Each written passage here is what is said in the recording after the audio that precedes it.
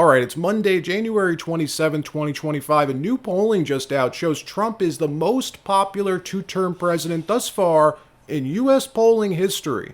Something Kate Baldwin of CNN seems to have a real big problem with. We're going to show you.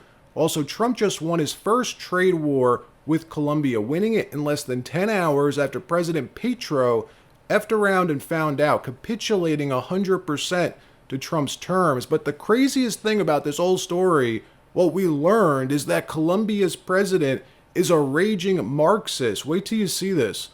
Also, some stunning news out of LA. Mayor Karen Bass backing President Trump all of a sudden. What? And more stories as well from around the country. But before we get started, thank you for liking and sharing these videos. It really helps out the channel. And consider subscribing so you don't miss these regular updates. So it's been 1 week since Trump was inaugurated, and it has been the most effective week in government I've ever seen. I knew Trump's team was organized and prepared. They've been planning for this for years, but they are outperforming my wildest dreams. They're doing that good of a job. And I'm not just trying to be some Trump fanboy here, because I'm really not. If he did something wrong, I'd say it, but he is kicking ass and taking names. In 1 week, reversing almost all of the insane progress that the Biden administration made. It's really happening, folks. I can't even keep up. And the American people know it's happening. They support it. Even hardcore liberals, real liberals, not these new age communists, real liberals like Bill Maher, publicly endorsing Donald Trump now because they know how scary the alternative is. He's eliminating the policing of information, the policing misinformation complex, rooted it out of government, completely shuttered all DEI offices, closed the southern border, found the missing 300,000 children, secured that ceasefire in the Middle East, declassified the JFK files, ended the incessant political lawfare of the last 4 years, fired 90% of the deep state bureaucrats that the Biden administration tried to slip into place. He's brought common sense back to the United States. In fact, new polling just dropped shows this, proves this, showing Trump is now the most popular two-term president in U.S. history. Watch Harry Enton break this down, this new polling, and Kate Baldwin, the anchor over there at CNN, begin to panic and interject. She can't hold herself back. This is so great. Watch. This is a very different Donald Trump. He's leading a very different administration in the way he's attacking things, and the American public is very much more in line with him than they were at any point during his entire first term. Well, I would say, correction, this is not a very different Donald Trump. This is a very different Donald Trump as being viewed by voters in this in the way he's going about things with Susan Wiles leading things. I think he is, going at things in a much less disorganized fashion, much more organized. Take me back in history. Take you back in history. So it was so interesting to me that Donald Trump's first net approval rating of his second term is higher than his entire first term. And I was interested, has that ever happened? Has the second term net approval rating in the first month, have you ever had a higher rating than any net approval rating during the entire first term? Donald Trump is the only... I have a really hard time believing this. This is 100% true. I went back. I love spreadsheets. Donald Trump's is the first guy ever whose net approval rating in the first month of his second term is higher than any rating that he had as an entire first term, Kate Baldwin. This is true. I don't make stuff up. The numbers are the numbers. I believe you in nothing except when you have it in the wall, and then I believe everything you say. That's exactly right. Which is why... It's because he's following through on his promises. He's ignoring the legacy media, realizing that people see right through it now. It's not even worth his time or energy to fight with them. Legacy media has been neutered, clipped, their influence shattered.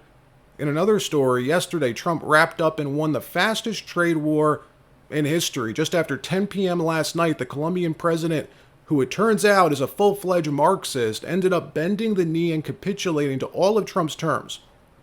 And if you just saw the headlines but don't know the details about this, you got to hear this crazy story. The White House announcing last night that Colombia has agreed to all of Trump's terms, including the unrestricted acceptance of all illegal aliens from Colombia returned from the United States, including on U.S. military aircraft, without limitation or delay. This was started by Colombia, by Colombia's president, President Petro, who refused to allow 2 U.S. military flights to land on Colombian soil. The 2 U.S. military flights were full of illegal migrants, illegal Colombian migrants Trump was repatriating back to their country. These were Colombian citizens he refused. Some of the worst who were arrested by ICE this week. Well, Colombian President Petro tried to be a tough guy, this raging at the mouth racist and Marxist, just effed around and found out. Trump posting this on Truth Social yesterday. I was just informed that 2 repatriation flights from the U.S. with a large number of illegal criminals were not allowed to land in Colombia. This order was given by Colombia's socialist president Gustavo Petro, who was already very unpopular amongst his people. Petro's denial of these flights has jeopardized the national security and public safety of the U.S., so I have directed my administration to immediately take the following urgent and decisive retaliatory measures. Number 1, emergency 25% tariffs on all goods coming into the U.S. In 1 week, the 25% tariffs will be raised to 50%. Number 2, a travel ban and immediate visa revocations on the Colombian government officials and all allies and supporters. Number 3, visa sanctions on all party members, all of their family members and supporters of the Colombian government. Number 4, enhanced customs and border protection inspections of all Colombian nationals and cargo on national security grounds. Number 5, treasury, banking, and financial sanctions to be fully imposed. Trump posted that while playing golf. He's not messing around. 30 minutes later, Colombia's president posts this long, crazy response on X. I'm not going to read all of it, but it turns out the guy's a full-blown whack job. Complete socialist. Petro wrote this: I don't like your oil, Trump. You're going to wipe out the human species because of greed. Maybe one day, though, over a glass of whiskey, which I accept despite my gastritis, we can talk frankly about this. But it's difficult because you consider me an inferior race, and I'm not, nor is any Colombian. Your blockade does not scare me because Colombia, besides being the country of beauty, is the heart of the world. I'm informed that you just imposed a 50% tariff on the fruits of our human labor to enter the U.S., so I do the same. That was around 1 p.m. Eastern time yesterday. A full-blown trade war broke out. Well, 10 hours later, and he completely caved. By 10 p.m., Colombia accepted all, I repeat, all of Trump's terms. Watch this. Well, number one, the reason Donald Trump had to resort to these tariffs and sanctions and punishments today is because the president of Colombia refused to accept a flight of migrants. He said he wouldn't take them. Donald Trump said, we're going to enter the F around and find out portion of this conversation. And he hit him with sanctions and tariffs. And now tonight, the Speaker of the House, Mike Johnson, says Congress is going to back him up on that. He's putting Colombia, he's putting the rest of this hemisphere on notice that you are not dealing with the same president that you were. You're dealing with someone who is taking illegal immigration seriously. Now, within an hour of making that threat, the president of Colombia said, whoa, I'll send my own plane to pick these people up. So obviously, he got their attention. I don't think there's actually going to be any tariff war between the United States and Colombia, because as long as they come get their people, I doubt Donald Trump's going to end up tariffing them, and they won't tariff us.